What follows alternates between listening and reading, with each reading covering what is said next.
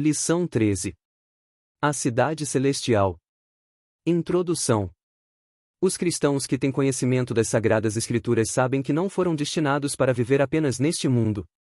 Aqui, somos peregrinos e forasteiros. 1 Pedro 2, 11. Brevemente os portões celestiais se abrirão e partiremos para viver eternamente com o Pai, em nossa pátria celestial. Filipenses 3, 20. Por isso, estudaremos a respeito do paraíso eterno, a cidade celestial, o eterno estado em que desfrutaremos da presença de Deus e como as Escrituras ensinam como será a nossa glorificação final. Aqui, se encontra o que nos aguarda ao final de nossa jornada cristã. Primeiro tópico, o paraíso eterno. Ponto 1. O que é o paraíso? Uma definição que podemos mencionar de paraíso é o céu como morada de Deus, dos anjos e dos salvos, 2 Coríntios 12, 2-4. Quando estava na cruz, nosso Senhor fez uma promessa ao ladrão arrependido: em verdade te digo que hoje estarás comigo no paraíso. Lucas 23, 43. Essa promessa foi prontamente cumprida, pois, quando por ocasião de sua morte, o corpo do Senhor Jesus foi para a sepultura, mas seu espírito para o Pai, ou seja, para o céu, o lugar de habitação de Deus. Lucas 23, 46. Não há como mensurar tamanha alegria do ladrão ao ouvir de Jesus a promessa de um encontro no paraíso. Este lugar é a expressão de toda a soma das bem-aventuranças em Cristo. O apóstolo Paulo foi arrebatado e levado ao paraíso, 2 Coríntios 12, 4, que é o mesmo lugar que aparece em Apocalipse 2, 7. Ponto 2. O que é a cidade eterna? Depois do julgamento final, após o milênio, Apocalipse 20, e a purificação da terra por meio de fogo, 2 Pedro 3, 10, surgirá a Nova Jerusalém, que figura como a cidade eterna de Deus, Apocalipse 3, 12, e Apocalipse 21, 22. Quando esteve neste mundo, o Senhor Jesus assegurou que prepararia um lugar para os santos, João 14, 2 e 3. A Nova Jerusalém, criada por ocasião da purificação ocorrida na terra, 2 Pedro 3, 10, tem sua origem no céu, e será também terrena, visto que substituirá a antiga cidade que estava contaminada. Ela descerá diretamente dos céus, Apocalipse 21, 1-3. Nessa ocasião, os salvos serão cidadãos dessa cidade, desfrutarão das bênçãos eternas e habitarão com seus corpos transformados em um estado glorioso. 1 Coríntios 15, 54. Ponto 3. Quando a eternidade começará? De acordo com o estudo atento de Apocalipse, depois do arrebatamento da igreja, ocorrerá a grande tribulação por um período de 7 anos, em seguida nosso Senhor retornará glorioso e triunfantemente por ocasião de sua segunda vinda e implantará o reino milenial.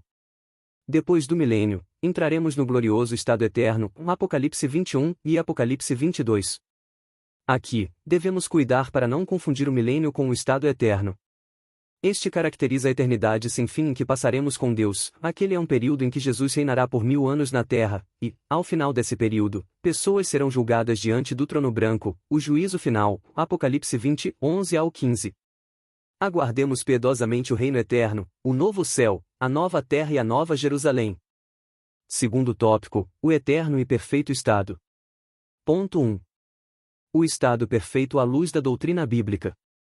De Gênesis a Apocalipse, há um propósito divino na consumação dos séculos, onde tudo ocorrerá por ocasião da segunda vinda de Cristo Jesus, após o milênio, em que serão estabelecidos um novo céu e uma nova terra. Apocalipse 21, 1. Nesse tempo, o propósito original de Deus se cumprirá e toda a terra se encherá de sua glória. Conforme o apóstolo Paulo escreveu, haverá reconciliação geral de todas as coisas, em que céu e terra serão a mesma grei. Colossenses 1, 20. Por isso, o perfeito e eterno estado é descrito na Bíblia como um lugar belo, de santidade e perfeição, pois a antiga ordem, em que imperava a natureza do pecado, foi abolida e deu lugar a um lugar santo, puro e perfeito. Ponto 2.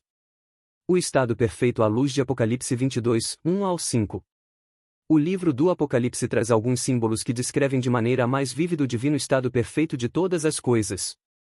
São símbolos que comunicam a singularidade desse novo estado: A, um rio; B, a árvore; C, a ausência de males; D, a presença de Deus. Letra A. A vida eterna descrita como um rio. O apóstolo João descreve essa eternidade como um rio da vida que brota do trono de Deus e do Cordeiro. Apocalipse 22, 1. Aqui, está presente o aspecto simbólico do rio como símbolo de vida que em diversas vezes o Senhor Jesus mencionou como água da vida. João 4, 10, confira, Salmos 46, 4, e Ezequiel 47, 1-12. Letra B. A vida eterna descrita como árvore. A árvore da vida remonta ao livro de Gênesis, Apocalipse 22, 2, confira, Gênesis 2, 9 e 3, 22. Seus 12 frutos, de mês em mês, e suas folhas simbolizam a vida que triunfou sobre as enfermidades e a morte. Não haverá mais dores nem doenças, pois no divino estado eterno, a morte não prevalecerá mais. Letra C. A vida eterna sem males. Não haverá mais maldição contra alguém, Apocalipse 22, 3. O problema do coração do ser humano será para sempre resolvido, pois o mal será plenamente erradicado. Ali, o trono de Deus e do Cordeiro estarão centralizados no coração do ser humano. Letra D. A vida eterna na presença de Deus. Contemplaremos a Deus face a face, 1 Coríntios 13, 12, e sua presença será a nossa luz para sempre. Apocalipse 22, 4. Que alegria indizível! Prestaremos culto olhando diretamente para Ele. Sua presença gloriosa fará com que não haja mais noite, não havendo mais qualquer escuridão, e para sempre reinaremos com Ele. Terceiro tópico, o estado final de todos os santos. Ponto 1. O que todo crente salvo deve esperar? Os santos de Deus, tanto do Antigo quanto do Novo Testamento, nunca viveram nesta terra com a ideia de permanecer nela eternamente.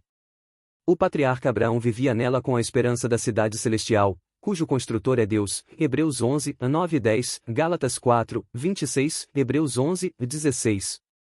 Moisés passou por ela com essa mesma intenção, deixou o Egito e sua glória porque tinha consciência de algo melhor, a recompensa gloriosa, Hebreus 11, 24 ao 27. Por isso, o cristão que vive neste mundo sabe que, aqui, ele é peregrino nesta jornada, pois está consciente de que o seu lar, a sua verdadeira cidade, é a celestial de onde o nosso grande e maravilhoso Deus habita, Apocalipse 21, 3 e 22 e Apocalipse 22, 3. Ponto 2. Viveremos todos em unidade. Ao se fazer menção dos inscritos nas 12 portas da cidade, onde estão os nomes das 12 tribos de Israel, e dos alicerces levam os nomes dos 12 apóstolos, está evidente que se trata de pessoas originárias de todas as eras, Apocalipse 21, 9 ao 14.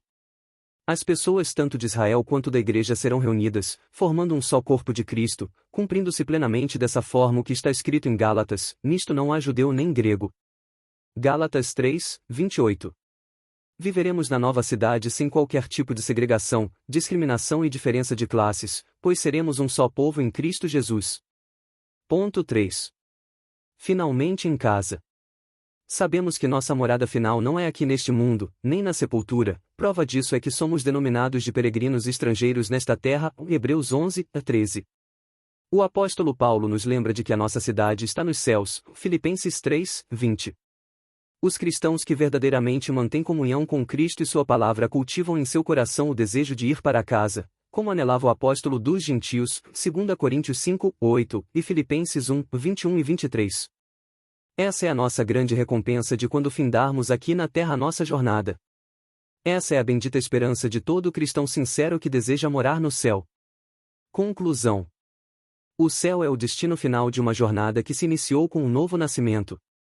Do início da jornada até o final, enfrentaremos inimigos que intentam nos desviar da rota para o céu.